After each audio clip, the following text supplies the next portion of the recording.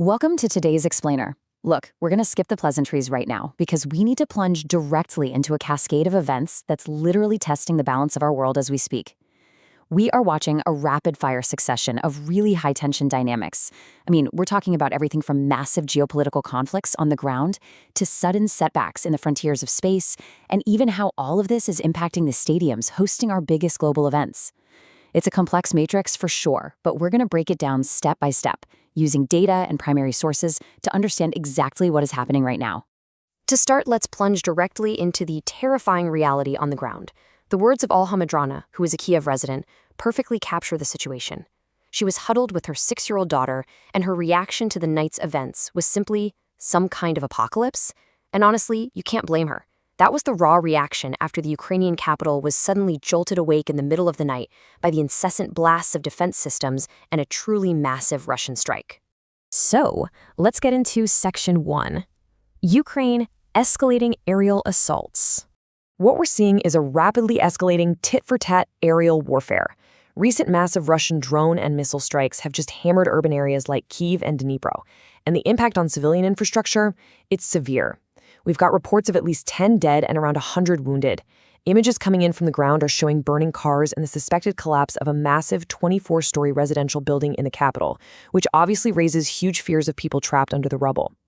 But this conflict absolutely has two fronts, and Ukraine is responding with serious vigor, deliberately targeting Russian infrastructure. For example, they just launched a highly focused strike on the Ilsky oil refinery down in southern Russia. And to put the sheer industrial scale of this aerial warfare into perspective, look at this number, 148. According to Moscow's defense ministry, that is the staggering number of Ukrainian drones they claim to have downed over the course of just a single night. That gives you the exact measure of the immense density of these military operations. The sky has literally become the primary tactical battlefield. Moving on to Section 2, Middle East and energy threats.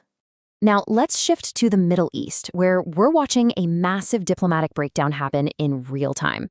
This timeline shows a very clear domino effect. It all kicks off with Israeli forces crossing the Litani River in Lebanon, which marks a level of military penetration we haven't seen in 26 years.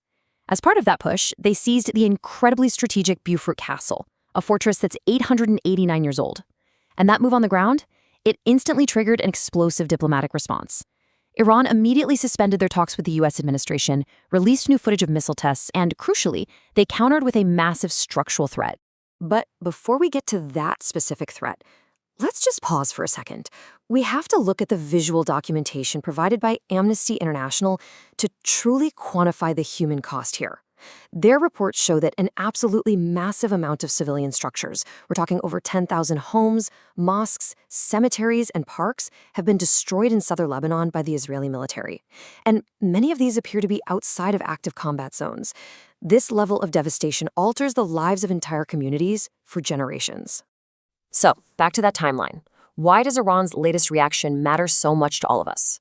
Well, it comes down to the Strait of Hormuz. In retaliation, Iran has explicitly threatened to block this marine choke point, and you have to understand, a vast amount of the world's energy needs transit through this exact spot. The crucial takeaway here is that a blockade in the strait isn't just some regional issue. It's a switch that, if flipped, could send global energy markets into a total panic. We're talking immediate spikes in daily living costs and massive worldwide economic impacts. All right, looking up now, Section 3, Space Setbacks and Sky Explosions. We're seeing two completely different but equally shocking extremes playing out in the skies. On the left, a huge setback in the private space race. Blue Origin's massive New Glenn rocket explodes, destroying ground infrastructure during what was supposed to be a routine test in Florida. And then on the right, you have the raw, uncontrollable power of the universe. NASA confirmed the aerial explosion of a meteor, totally unconnected to any known shower, by the way, right over the heads of residents in the northeastern United States. The energy released from that, a staggering equivalent of 300 tons of TNT. Two wild celestial shocks, but with completely opposite origins. But what's really fascinating about that space incident on the left is the bureaucratic chain reaction it causes. Actually, scratch that. It's not just a reaction. It's a massive regulatory roadblock. A private explosion on a test stand immediately triggers a grounding by the FAA. And this doesn't just affect Blue Origin. We have to remember that a single hardware failure in this nascent sector basically freezes entire federal timelines. This inevitably delays NASA's Artemis program and ultimately pushes back the entire schedule for getting humans back to the lunar surface. Up there, literally every single detail matters. Finally, bringing it back down to Earth for Section 4, securing the 2026 World Cup. So here is the big, monumental question I'll pose to you. How on earth do you logistically secure an environment for global fans when the world around them is, as we've just seen, so feverish and volatile? This is the exact challenge facing Los Angeles County right now, ahead of the massive FIFA World Cup, with the opening match between the US and Paraguay scheduled for June 12th. The crux of their strategy is this. LA authorities are having to build a hyper-controlled environment just to protect those tens of thousands of visiting fans. We are witnessing an unprecedented, massive mobilization of local sheriffs, police, and federal agencies. They're tackling enormous parallel issues head-on. They're planning an aggressive prosecution push against human trafficking linked to the event, a huge crackdown on counterfeit fraud, and a remarkably strict lockdown of the airspace. And speaking of that airspace lockdown, take a look at this penalty, $100,000. That is the jaw-dropping fine waiting for anyone who decides to fly an unauthorized drone over SoFi Stadium. It just goes to show you exactly how nervous authorities are about any unidentified object coming from the sky. And frankly, given the aerial bombardments we were just analyzing at the start of this explainer, their heavy prioritization of vertical security makes total sense, doesn't it? And law enforcement isn't mincing words either.